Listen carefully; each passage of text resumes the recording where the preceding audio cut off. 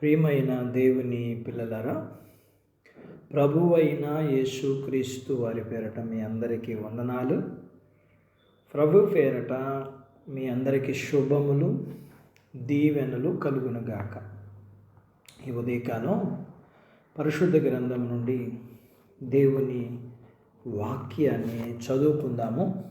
సమయంలో 2వ గ్రంథము 22వ అధ్యాయము 29వ వచనాన్ని చదువుకుందాం. యెహోవా, నీవు నాకు దీపమై ఉన్నావు. యెహోవా చీకటిని వెలుగుగా చేయును. దేవుడు తన మాటలు మనందరి కొరకు దీవించునుగాక. ఆమేన్. ప్రియమైన దేవుని పిల్లలారా, నేను వెలుగులో ఉన్నానా? అయితే ప్రభువా, నువ్వే నాకు దీపంగా ఉండండి. కానీ నువ్వు నాతో ఉన్నంత కాలము సమయ అనుకూలమైన కాగడాలు నేను పట్టుకోవలసిన అవసరం లేదు. నేను సృష్టించుకున్న సౌఖ్యమనే కొవ్వొత్తులు వెలిగించుకో అక్కర్లేదు. అన్నిటి మీద ప్రకాశించే దేవుని సన్నిధి కాంతి ఎంత అద్భుతమైనది. లైట్ హౌస్ గురించి మనం వినే ఉంటాం. ఈ లైట్ హౌస్ 20 మైళ్ళు దూరం నుండి కూడా కనిపిస్తూనే ఉంటుంది. అలాగే మన దేవుడైన యెహోవా మనకు దగ్గరగా ఉన్న దేవుడు మాత్రమే కాదు, ఎంతో దూరములో ఉన్నప్పటికీ ఆయన కనిపిస్తూనే ఉంటాడు. ఆయనకి మనం కనిపిస్తూనే ఉంటాం. శత్రు దేశంలో ఉన్న వారిని కనిపిస్తాడు.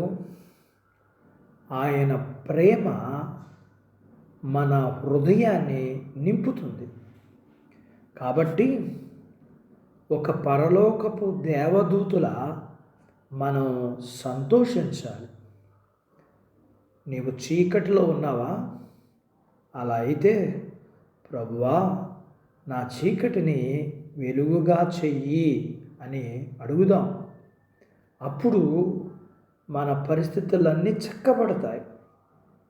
అవి అంతవరకు ప్రియమైనదిగా అభివృద్ధి చెందుతాయి. మేఘాలు దట్టంగా పేరుకుపోతూ చిమ్మ చీకటిలో ఉన్నా, అవి మనల్ని ముంచివేసిన ప్రభు హస్తాన్ని మాత్రం మనం చూడగలం.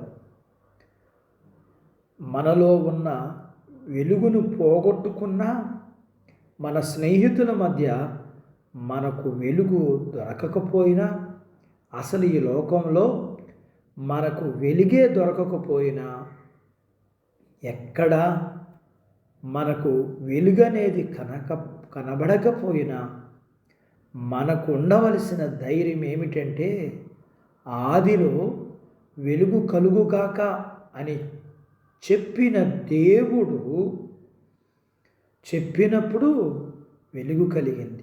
కాబట్టి మనము సజీవులమై ఆయన కొరకు బ్రతకడానికి దేవుడు మనకు సహాయం చేస్తాడు. అందుకని దేవుణ్ణి ఆనందంతో స్తుతిద్దాం, ప్రభువుని మహిమపరుద్దాం. మనల్ని వెలిగించిన దేవుని కొరకు, మనకి వెలుగునిచ్చే దేవుని కొరకు మనము ఆరాధిద్దాం. అట్టి బాధ్యత దేవుడు మనకు దయచేయునుగాక. ఆమెన్. దేవుడు తన మాటలు మన కొరకు దీవించునుగాక. ఆమెన్. ప్రార్థించుకుందాం. నాతో పాటు ఏకీభవించండి. మమ్ములను మిక్కిలిగా ప్రేమించిన మా ప్రియ పరలోకపు తండ్రి, మీ పరిశుద్ధ నామమును బట్టి మీకు వందనాలు. ఈ ఉదయకాలం మీ పాదాల దగ్గర మీ లేఖనాన్ని మేము నేర్చుకోవడానికి సహాయం చేశారు. మాకు మా చీకటిని వెలుగుగాను, మా జీవితాన్ని ఆశీర్వాదకరంగా మార్చగల శక్తి మీకు మాత్రమే ఉన్నది. ఈ భూమి మీద ఉన్న ప్రజలందరి జీవితాలను మీ వెలుగు చేత మీరు నింపండి. వారి చీకటిని వెలుగుగా చేయండి. వారి జీవితాల్ని ఉండబడిన చీకటిని తొలగించి వారి జీవితాలు వెలిగించబడటానికి సహాయం చేయండి. అట్టి బాధ్యత మీ పిల్లలందరికీ మీరు దయచేయాలని మీ పాదాల దగ్గర ప్రార్థిస్తూ మీ పిల్లలను దీవించండి. చిన్న బిడ్డలను, యవనస్తులను, వృద్ధులను, స్త్రీలను, పురుషులను దీవించండి. చిన్న బిడ్డల, యవనస్తులు చదువుల్లో, ఆరోగ్యాల్లో సహాయం చేయండి. వారి యొక్క ఉద్యోగ ప్రయత్నాలలో విజయాన్ని ఇవ్వండి. ఉద్యోగాలలో ప్రమోషన్స్ ఇవ్వండి. చేతి పనులు, జీవనాధిపతులు, వ్యాపారాలు, పొలాలు, పశువుల్ని దీవించండి. ప్రియుడా, మీకు వందనాలు. వివాహాలు కాని వారికి అవటానికి, గర్భము లేని వారికి గర్భఫలాలు ఇవ్వమని, గర్భం కలిగిన వారికి సుఖమైన ప్రసూతి ఇవ్వమని, ప్రసూతైన తల్లి పిల్లలకు ఆరోగ్యాలు ఇవ్వమని, మీ పిల్లల్ని మీరు ఆశీర్వదించమని, మీ పిల్లల అవసరతలు, సమస్యలు, బలహీనతలు, రుణాలు తీర్చమని, మీ పిల్లల్ని మీరు దీవించమని, మీ పిల్లలకు మీరు సిద్ధపరిచిన పరలోకపు భూ సంబంధమైన దీవెనలకు పాత్రులుగా చేయమని యేసు ప్రభు వారి పేరట స్తుతించి ప్రార్థించి అడిగినవన్నీ పొందుకొని ఉన్నాము తండ్రి. ఆమేన్. దేవుడు మిమ్మల్ని దీవించునుగాక. ఆమేన్.